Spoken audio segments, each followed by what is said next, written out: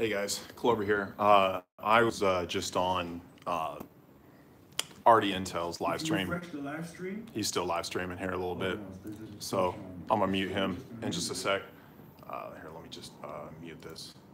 But I came across this proof of Craig Grant smart contract just yesterday. Someone brought it up on my last live stream, and I thought it was kind of interesting, so I wanted to talk about it a little bit.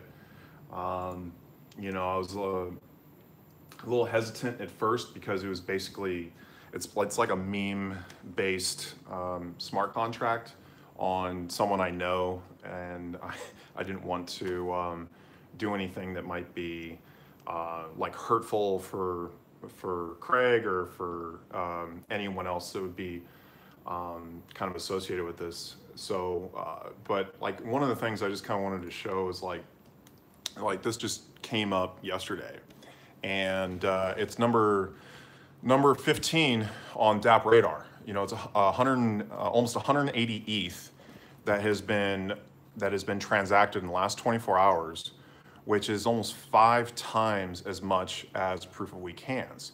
You can also see that the proof of only hodling is continuing to be the largest smart contract in terms of volume here, you know, in the last little bit. And so volume is important when you're looking at these smart contracts. So like legitimacy is one thing, and kind of once you get past that and you kind of understand a little bit about how these work, really comes down to volume. Like however much volume is being traded on these contracts, really that should be your primary concern. I guess the other thing to kind of consider is also the dividends. So for proof of weak hands and proof of only hodling, it's 10%, whereas this contract with the POCG was set up at 25%, which is pretty substantial in terms of the dividends. But the dividend payout is going to be really high, especially if you're in early. So I want to go over, you know, a couple of these. So like I put in 0.1 ETH into this just the other day. Let me bring up my the website here. So I put in 0.1 ETH, which is like a little over $50 or something, just to try it out. So this is kind of their main website. This had nothing to do, you know, with Craig Grant. Like he didn't have anything to do with the spawning of this.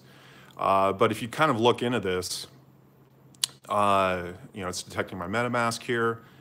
So I put in 0.1 ETH just the other day. I was just on the live stream, and then when Craig said he's going to put in an ETH, I put in another 0.2 ETH. And so like you can see, the contract balance is now up to 180. It was just 150 not too long ago. I've already made, you know, almost $10 in the last 24 hours. So there's some interesting elements to this. One of the things I thought was really interesting, if you like, let's go back to their main webpage. They have the Diffchecker right here. So you can get on the Discord, you can check the difference, and this was cloned off of Pooh. And so what this is doing, this Diffchecker, I'll put a link to this in the description below. This is basically going through the contract of proof of Craig Grant coin and the Pooh contract and noticing the difference. And basically anything that's colored is going to be different. So you can see like basically the name here, these lines right here, but all of this is pretty much the same. It's a clone. It's an identical copy with the payouts being a little bit different. And so you can kind of see like right here, the dividend fee as opposed to what we have here. So there's a couple of differences here in the configurables. And if you're looking at here, I'm not really sure as to like this bytes 82 in this address. I'm not really up on this. I have a little bit of a programming background, so I understand kind of how they work. But you can see here like the admins. So there's basically like only one admin here, and there's a few with proof of only hodling. But going through the code here, it is identical. It is exactly the same. Exactly the same. So I'm going to scroll through this. You can see like there's no, like everything is the same. So you can go in here and you can do the check for yourself, but it's basically pretty much the same contract except for the some of the configurables in the beginning, and also the kind of the naming, branding and whatnot. I did a diff check of, like, for instance, the POCG coin and the proof of weak hands. So you can kind of go through here and, like, obviously the first part, there's some differences. They have a lot of stuff that's basically showing about how it's been audited, it's been tested, this is a very secure thing. Well, what's happening now is you're seeing a lot of people are copying this contract. They're copying the contract and then they're basically creating their own. So you can see here, again, kind of in the configurables is where we're seeing a little bit of the differences with these particular contracts. There's a lot more administrators and people that are involved in the Proof of Weak Hands project. But as you scroll down here, again, it's basically the same code. It's the same contract. So this is going to, it's going to act the same way as these other contracts. They are pretty much identical. Here is proof of weak hands and Pooh. Again, kind of going through the differences, you can see that a lot of this is exactly the same configurables, and this little area right here is a little bit different. I want to do a little bit more. If anyone has some some interest in looking into the configurables and learning a little bit more about that, I've got an interest in that now that this is kind of becoming a topic. Some of the public functions and some of the different admin features I think are interesting, but you can see the differences there. But again, kind of scrolling through right here, these are all of these are about 800 lines long. Most of the differences here highlighted are very minimal. It's pretty much the exact same code. And so what we have is we have a working model, and you're starting to see people copy that working model. And one of the things that I was very interested, like I was kind of on the sidelines with proof of weak hands, at least initially. I didn't really dive into it. I didn't really have the time to really kind of dive into it. And then once I did, and once I kind of got it and kind of started understanding what it was and its implications on the cryptocurrency space, I thought it was like something that was worthwhile getting into. However, the contract balance has been going down. You can see here the contract balance. I mean, this is up at almost 20,000 not too long ago, and then took that huge dip to like 12,000, and then kind of came down to about 6,000. Recovered to about 9,000, and now is down at about 7,000. The daily active users hovering, just over 1,000. There's, this has been up and down anywhere between 1,400 and 1,000. Was basically doing about double of proof only hodling. But yeah, looking down the list, I mean, this coin right here, and just the volume that we're seeing, the active users has been coming up. When I first kind of found out about this, there was only like 30 ETH in the contract. So the more you can get into some of these kind of in the early stages, they can be very profitable. Now, one of the things that I'm doing, and I'm going to start this tomorrow, is what I'm going to do is I'm making dividends from these smart contracts. So now I'm in 5. So let me show you my accounts here real quick. So the first one I got into, and one I have the biggest holding in right now, is proof of weak hands. So I'm still kind of like 3,500 coins. I've made about $42 today. So you can kind of see my account right here. Now, proof of only hodling, Pooh, I have basically only 1/10 of what I have in proof of weak hands. Like I have only 1/10. However, I made $163, 0.24 Ethereum. So there's a lot more volume in this contract, which means that I'm making a lot more in dividends here. Now, we saw like the ETH in the contract has been fluctuating. I came all the way down into the 500s, all the way back up to the 700s. Now it's kind of back down again. So it's kind of been up and down, and so it hasn't been stable, I guess you could say. But so between those two contracts, I mean, you can see it's just kind of going up in real time. Some of the other ones that I'm in, this is locked in. Let me refresh. So I put in like 0.5 ETH into this one. This is still like way down the list in terms of its adoption and people that are in this particular contract. But There's a little bit of activity, so I've almost got 0.01 ETH in there. I think once I get to 0.01 ETH, I'm going to go ahead and take those dividends out. EthPhoenix is another one that I'm in. Put in 0.5. So EthPhoenix and LockedIn, the way I understand it's 10%. So these are two that are way down the list in terms of how we're seeing them on DApp radar. So taking a look at DApp radar, like these are in the 30s. Last time I checked, yeah, LockedIn and where's EthPhoenix? I'm not seeing ETH. Oh, EthPhoenix has dropped even more.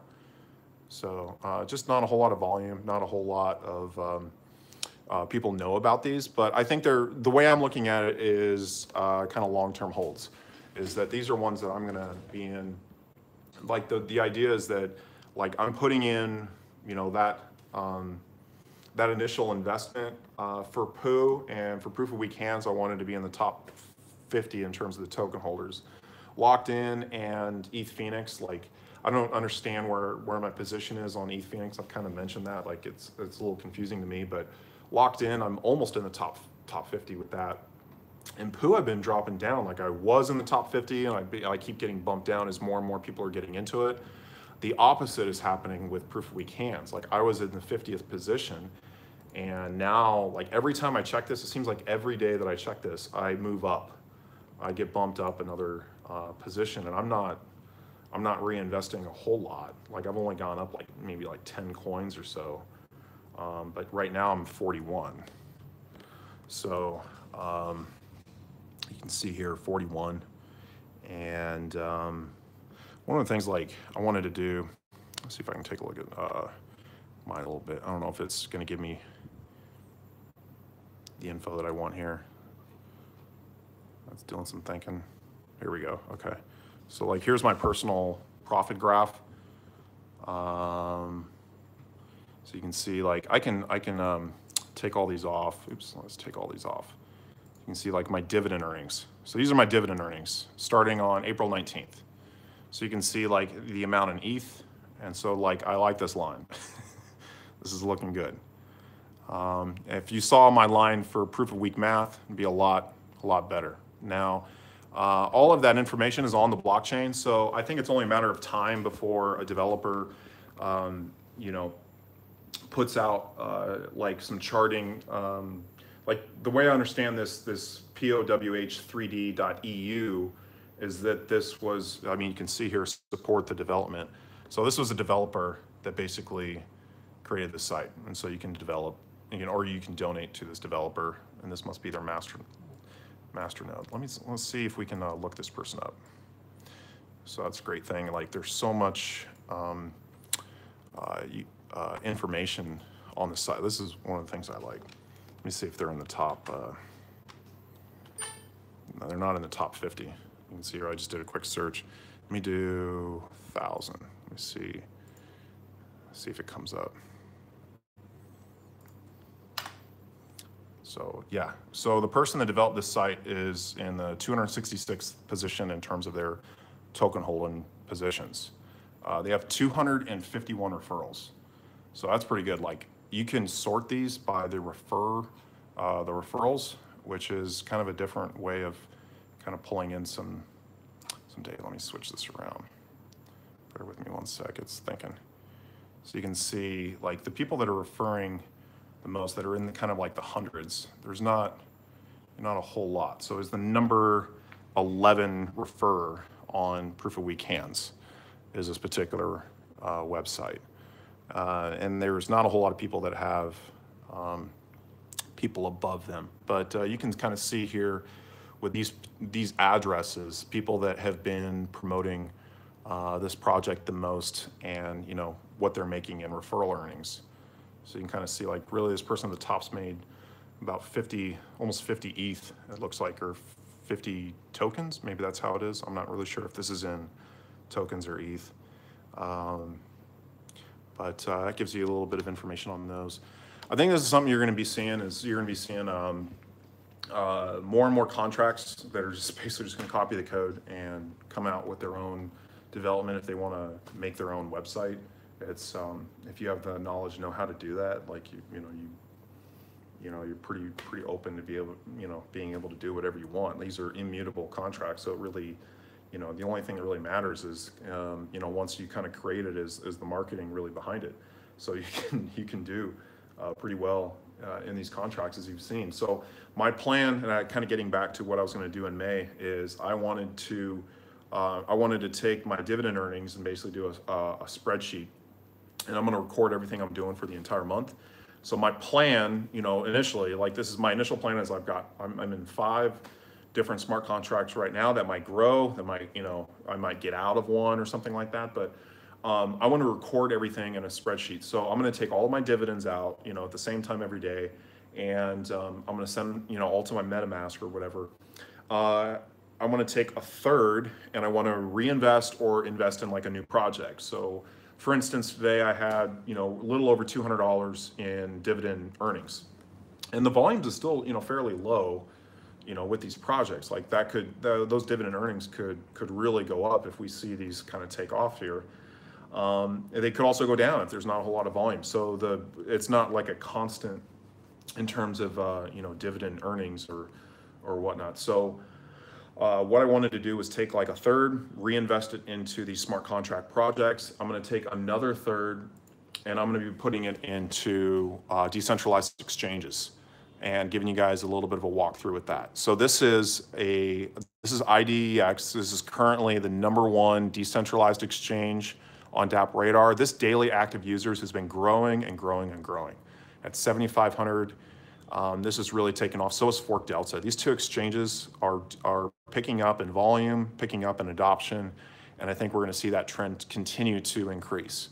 And so I want to get into this one, ETH Delta or Fork Delta, and then the other ones I was looking at was Kyber, was the other exchange, and Oasis was another one, and this other one, the Token Store.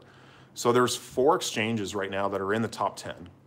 There is 2 smart contracts that are currently in the top 10. That might change, but 6 of the top 10 applications on the Ethereum blockchain, I want to get into those. I think one of the things you were seeing is these games. Like the games is what I haven't gotten into. So you see CryptoKitties, you see EtherGoo, and there's a few other games. Like the games tend to be promoted a little bit, so there's more people that are kind of getting into that. The games is really, it's about getting you to like buy something and trade something, and it's an incentive to get volume in that particular contract. You know, there's definitely a substantial amount of daily active users in these games. The volumes are fairly low. So like right now in CryptoKitties and EtherGoo, there's not a whole lot of volume. Like EtherGoo is like less than 7 Ethereum. You have CryptoKitties, which is only 90 Ethereum. And just in contrast, like Proof of Great Grant Coin that just came out has done 180 Ethereum, in the last 24 hours. So now there could be developments behind some of these contracts, incentives to get people to buy and sell, to get volume into the contract. And so I think that is going to be development that we're going to see. So again, I wanted to do, a third of my dividend earnings I'm going to be putting into these projects. So every day it's going to change. So like, for instance, if I'm looking at this today, what I'm seeing is the opportunity really is in this Proof of Great Grant Coin. As more and more people become aware of this, and if you've been in cryptocurrency, you know the name Craig Grant. Like, he's been around a long time. He's been around longer than almost every single other YouTuber that's talking about cryptocurrency. There's very few people that were doing videos back several years ago. He was one of the only guys who was really in the space. This contract account is going up. Like, this was just 180, so 40 ETH has just hit the contract. So now I just made $5 in dividends here. Craig is the most hated and most loved guy in the space. Yeah, I think that because he's really out there and he's really promoting new projects and things that are in the cryptocurrency space and things that he's seeing, not all of them pan out. And what people will do is they'll turn around and point the blame or point the the finger at him, and take no accountability for their actions or their things. Now, like for me, like I never really do disclaimers on my channel, like this is not financial advice, or I don't do any of those kind of deals. Like I don't feel as though I should have to. Really what I'm doing right now is I'm documenting my progress and my experience with cryptocurrencies, and I'm doing this really for my own personal benefit, so I have a record. Like I can go back in my videos and I can see where things were at certain times. I can see different developments, and so most of the things that I'm doing for my channel are so that I have a record of things I'm doing, and also a way to communicate and interact with other people that are in the space. I don't advertise on my channel. I don't, that's really no incentive for me. Like the YouTube earnings are like minimal. So it's like, I don't really see the opportunity there, but these are projects that change all the time. And I'm interested to kind of, see if I can set up some things to kind of show people how to get in and out of these. I think one of the things is like people are not really understanding this. They're quick to call it a scam, pyramid scheme, or whatever. This is code. This is immutable. If I really wanted to, I could take my funds out of these different smart contracts right now. I could all 5 of them. I could take them out. It's not really set up in that way. These are set up to invest, to put your money into, and to not take it out, and to basically just work with the dividends that you're making on these particular sites. Let me check on the chat a little bit.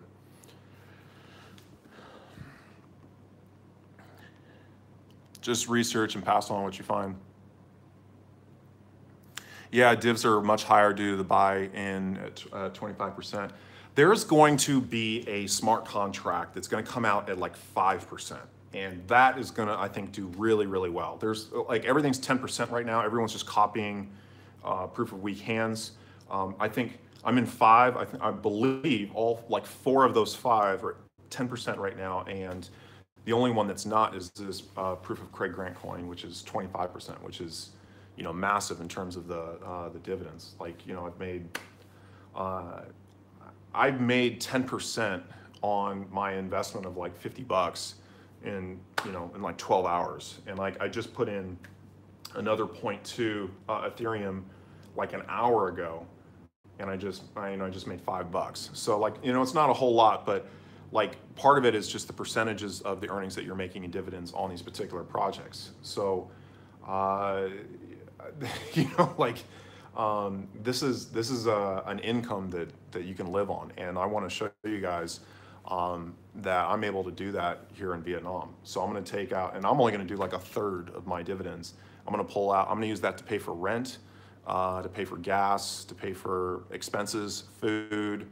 I'm going to kind of document everything. So I'm going to basically take the ETH that I'm pulling for my dividends. I'm going to send it to my Coinbase account, and I'm going to transact using my Shift card if I need to pull out cash, which is probably what I'll do because most businesses here in Vietnam are cash, or it's just easier with cash. So I'll be taking out like, a little bit of cash here and there just to live on. But I'm going to document that. 1/3's going reinvested, 1/3 is getting pulled out to live on, and I think the other 1/3 I'm going to be putting into the decentralized exchanges and giving you my picks in terms of coins and projects that I think are worthwhile getting into. Vietnam is a great place to live off crypto in. People, nice people, and cost of living is cheap. Yeah, I looked up, there was, I can't remember where I found this. Let me see if I can find it real quick. But there was like a cost of living index, and Ho Chi Minh City, where I'm in right now, was like one of the lowest, which I was actually kind of surprised by. I don't know if I'm going to find this. I might have to bring this up in one of my next chats, but Yeah, it went over all, like a lot of major cities. So I'm originally from Seattle, and Seattle was like in the top 20 in terms of like most expensive cost of living cities to live in. And I, experienced that. I mean, if you've been following my streams from the very beginning, like I was living on my boat, like in Lake Union in the middle of Seattle, because living on a boat is way cheaper than spending $2,000 on rent a month. Rent in Seattle it's the highest increasing rent in the U.S. Like it surpassed San Francisco. It was like, I was like a 6% rent increase every year. Like I went from paying, I had a really nice apartment, a 2-bedroom apartment. It was like $1,400 a month, and that went from $1,400 to $2,200 in 3 years. And they did nothing to the building. They didn't do any improvements. They didn't do anything. All they did was jack up my rent every 6 months. Every 6 months, it was like a new fee, a new charge, and they were just coming up with things left and right. And the whole reasoning behind it was market conditions. It's just, this is what's going on in Seattle. That's when I bought a boat and I started living on my boat, because I was like, I own this thing and I'm just paying mortgage. And so my mortgage was only like $400. So I was living real cheap in Seattle. And it also allowed me to travel. So that is what allowed me to go to California and then ultimately here to Asia. So cost of living is definitely an interesting one.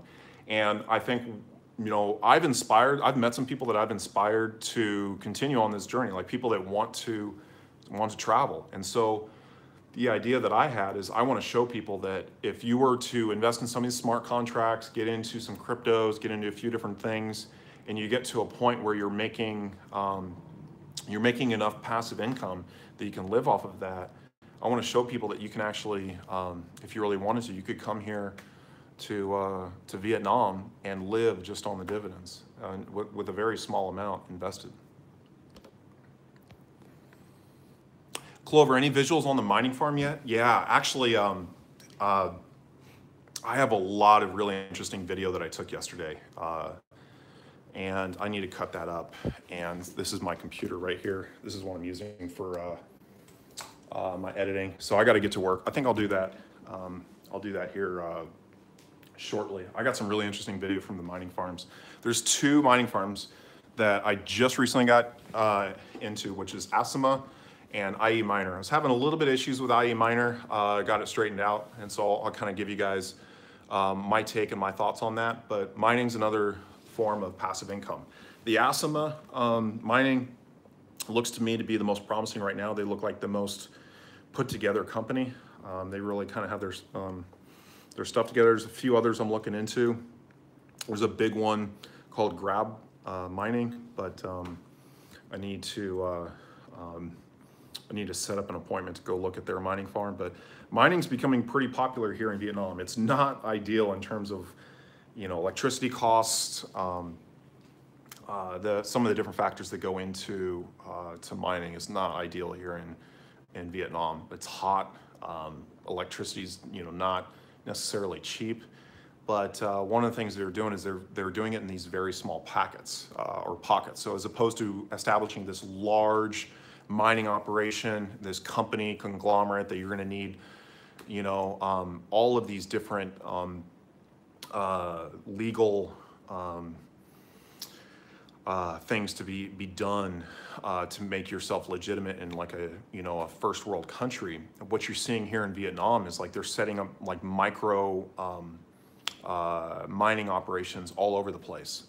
So like they'll set them up in like shipping crate containers. They'll set them up on the outskirts here, and I've been hearing a lot of different rumors. I met with a few Westerners yesterday, and they were telling me about mining operations in China and how they're operating there under the radar, kind of close to the Mongolian border. And he's actually going up there to visit some of those, and he's going to give me some info on that. But yeah, there's some interesting things going on with mining. I want it to be like a small percentage of my portfolio, like 10% of whatever I've got, I want to put into mining contracts and have it kind of spread out so that you're minimizing risk if one's having a problem. Need to learn more about Dropple. I don't know much about it. Yeah, I've been looking into it a little bit. I haven't gotten as much into the cryptocurrencies yet. I think that's going to be my next step. Like I wanted to kind of establish a little bit of a base with some of these smart contracts, which I'm basically doing right now. And so for this next month, I think that's what I'm going to be doing, because basically like the reinvesting should be pretty self-explanatory, or it should be pretty evident which contract is kind of the one that's trending, and just kind of basically reinvesting into the contract that's trending, and then using some of the other dividends to live on, so I can kind of document that. And then the other element that I want to do is showing different cryptocurrencies to buy and sell and trade that have potential on these decentralized exchanges. So I'm going to be doing more work on that. Like I did like a 5-part series where I went over the top 100 coins, and it's changed a lot since I did that, and that wasn't that long ago. So I'm gonna get back into that. You take daily profit or reinvest. I kind of do both. Like that's kind of the thing, is like I haven't really had a strategy. I've just been kind of like, if I saw something, like I started really reinvesting in Pooh like early, because I saw what was happening with the contract. It went way up in value and then came way down. And that's when I started reinvesting, because I was like, people still don't know about this. Like people are still, they don't know what this is, and like they don't see the potential behind it. I mean, this is just constantly going up. Look at this. It's 174 now, 0.25 in ETH. So, and I don't have that much in there. I only got $2,000. I got $2,000 in there, and I've made like basically 10% in the last like 12 hours. It hasn't been that long, because I took a bunch out like last night before I went to bed. Yeah, there's just, you know, I'm not making that in proof of weak hands. A lot of people are kind of basically getting weak hands with proof of weak hands. Like it hasn't, well, I just made $20. You see this here? I mean, it was at 40 bucks not too long ago. So now it's at 60. So, I mean, you can see, like I've been on this stream for 30 minutes now, and like I'm making a passive income with the dividends off of these smart contracts. And so that's the purpose and the goal of this channel primarily, is to give you guys not only kind of my experience with cryptocurrencies, but different projects and things you can get into that can give you a little bit of a passive income, and show you what you can do with that passive income outside of the States.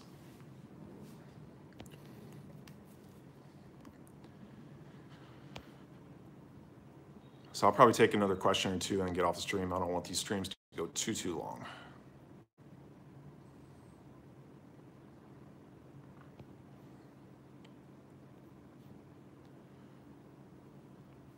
I'm trying to think of what other questions. So we kind of went through the walkthrough on that Diffchecker. So I'll put that in the description below.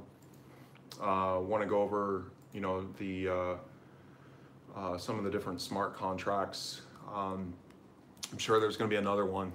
I mean, the way that these clones have been popping out, like if you can get in on some of these early, and if they get a little bit of volume behind them, they can be very profitable. I'm waiting for the 5% one to come out, and that one, whatever that is, and if it looks like a good project, maybe some people behind it, because really like the people and the marketing behind it is very important. That could be that could have a lot of potential. But this DApp radar, you know, like coin market cap, you know, like we can see here, it kind of ebbs and flows with Bitcoin in a way. Like everything seems to be slightly down right now. This is kind of recent, because it was fairly green when I woke up this morning. But you know, let's search by the change in the last 24 hours. Come on, Cortex, interesting one. But I saw, what was Neo? Neo was way up. Was way up, like it was almost 100 bucks earlier. So some of these ones are very interesting projects I'm looking to get into. The BitShares one has been around a while. I was trading quite a bit back on in the Poloniex days. You know, Substratum looks like a really good one. You can see that here. This is number 67 position. I've talked about that one a little bit. I want to get invested in that. So that might be one of my first buys on the decentralized exchanges. But I'm going to basically set that up for tomorrow, is setting up a the month of May, living on dividends in Vietnam. So look out for that stream. All right, guys, appreciate you guys staying on. If you got any more questions, you want to chat about some things, send me an email or leave a comment in the comment section below. All right, catch you guys on the next one.